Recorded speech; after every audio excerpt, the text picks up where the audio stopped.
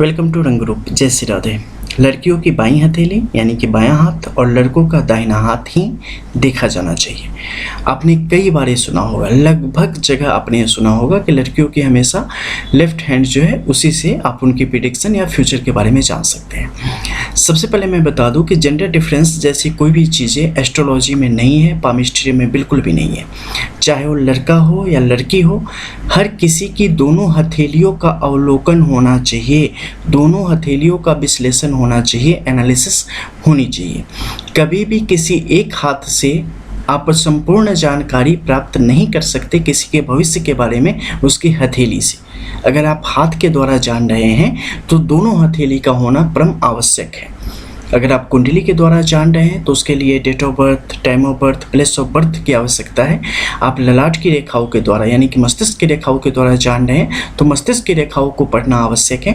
लेकिन हथेली के द्वारा जब भी होगी तो चाहे आप लड़की हो या लड़का हो, दोनों हथेली की जांच होगी। कैसे? देखो, जब आप सुनते हैं कि बाईं हथेली तो इसका क्या मतलब होता है, कहाँ ऐसा लिखा पढ़ा है, किसने बताया ऐसा, किस ग्रंथ में है ऐसा, किस गुरु ने बताया ऐसा।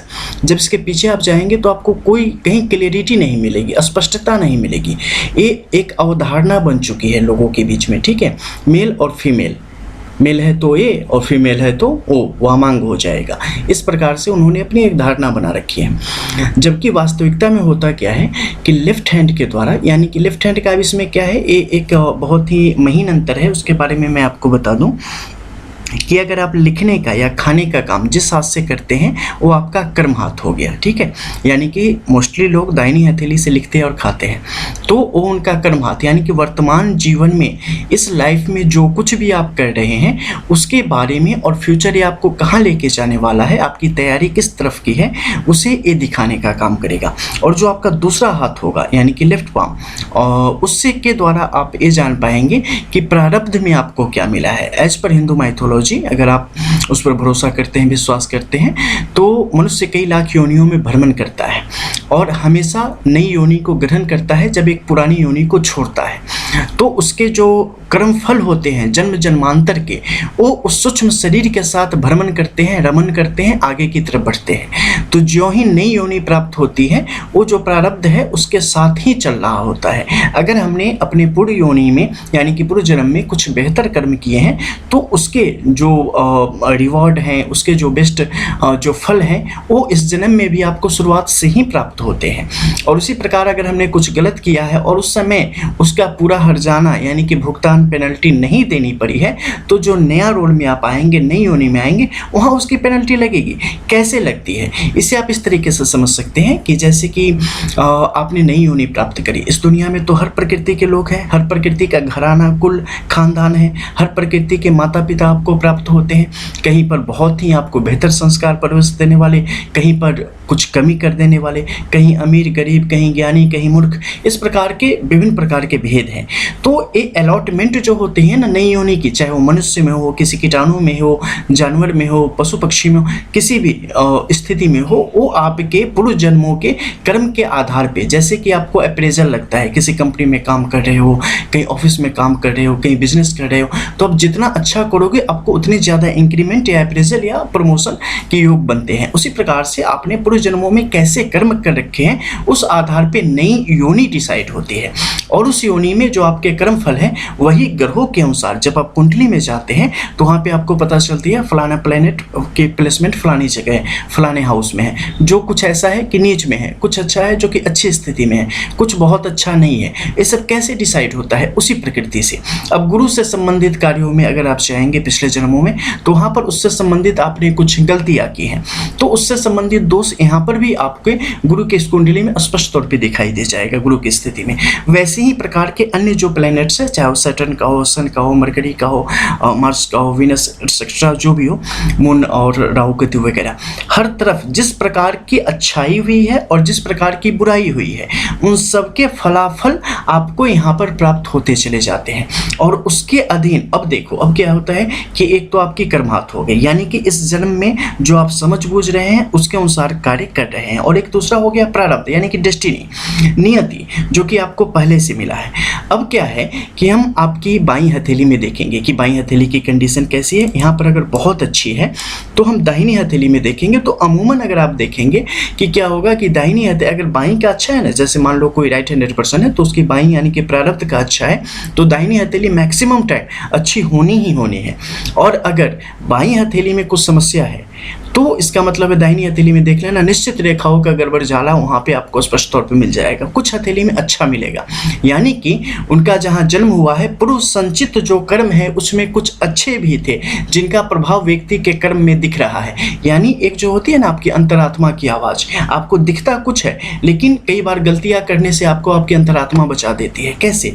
आपकी आत्मा में जो विराजमान परमात्मा है, जिसे विभिन्न प्रकार के जो षड्विकार है, लोभ क्रोध काम मोह मद मत्सर, इन सब से जिसे आपने ढक के रखा है, कभी कभी उसकी ज्योति प्रस्फुटित होती है और वो आपके आत्म ज्योति जो है वो आपको जागृत करती है, आपको प्रेरित करती है कि नहीं आप किस कार्य हेतु बने हैं। एक कैसे काम करता है, एक काम करता है आपके पूर्व संचित कर्म के आधार पे, वर्तमान जो माहौल है और वर्तमान जो योनि आपको प्राप्त हुई है, साथ ही माता पिता के जो जिस कुल खानदान में आप आए हैं, उन सब का प्रभाव यहाँ पर किसी प्रकार से व्यक्ति के लिए कभी किंचित मात्र काम कर जाता है और बुराइयों से बच जाता है या सही रास्ते की तरफ बढ़ जाता है, तो उस अनुसार इसका प्रभाव व्यक्ति के जीवन में देखने को मिलता है।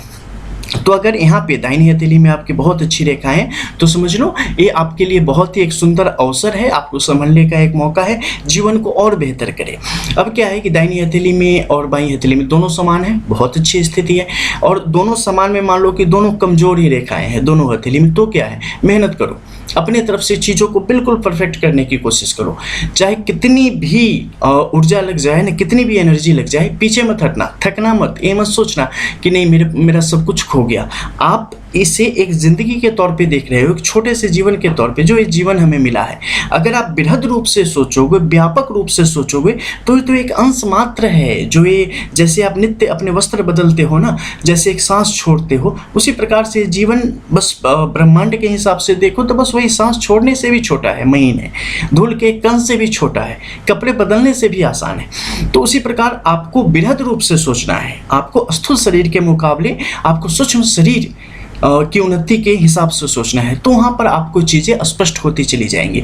तो उस व्यापक प्रभाव, यानी कि अगले एक दिन का नहीं सोचना है कि अगले दिन हम खाना खाने के लिए आज नौकरी कर ले, नहीं, अगले 20 दिनों के लिए हमें क्या करना है, यानी दूरगामी सोचना है, फिर जाके ये चीज़ें धीरे धीरे शुद्ध होती चली जाती है। तो यहाँ पर क्या करना है कि जब भी ऐसी स्थिति हो, अपने जीवन में सत्यनिष्ठा, सत्य, प्रेम, करुणा का वास अवश्य करना चाहिए और जीवन को सही मार्ग पर लगाए रखना अत्यंत आवश्यक है। रास्ते में बहुत सारे रोड़े आएंगे, बहुत सारे पत्थर आएंगे, बहुत सारी मुश्किलें आएंगी, लेकिन ठिठकना नहीं है, वहाँ पे संकोच नहीं करना है, वहाँ पे डरना नहीं है, ठीक है, क्योंकि आप उन चीज़ों से पार पाएंगे ही, इसीलिए आपको मिला है। तो आपको अपने आप पर पूरा भरोसा करते हुए आगे बढ़ने की ज़रूरत है।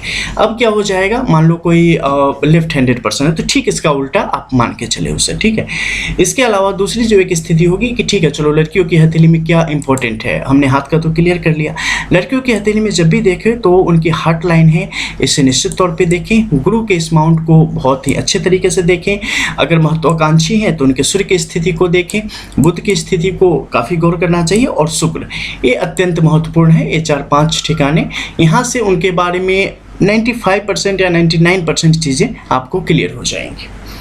तो आगे से अगर कोई कहे कि लड़कियों की बाईं और लड़कों का दाहिना, तो ऐसा समझ के बस मुस्कुरा के निकल जाना, ऐसा कुछ नहीं है, हमेशा दोनों की दोनों हथेली। और एक और सवाल आता है कि जिनके हाथ नहीं होते किस्मत उनकी भी होती है। तो देखो, किस्मत पता करने के लिए हमारे पास बहुत सारे अन्य विधाएं हैं, जैसे कि पामिस्ट्री के अलावा हमारे पास कुंडली है, न्यूमेरोलॉजी है, टैरो कार्ड है, मस्तिष्क की रेखाएं हैं। तो उन सब के द्वारा इसके बारे में आप जान सकते हैं और काफ़ी डीपली चीज़ों को आप एनालाइज कर सकते हैं। जहाँ तक फ्यूचर की बात है वो तो हम पता करके रहेंगे, चाहे जैसे भी निकाल लें, लेकिन वो निकाल लेंगे। बस आपको आनी चाहिए कि हाँ असल तरीका क्या है। तो इसलिए जब भी देखना दोनों हथेली देखना, बोथ जेंडर की, लड़का हो या लड़की, दोनों हथेली। मिलते हैं फिर जय जय श्री राधे, रियल एस्ट्रो, रंग एस्ट्रो।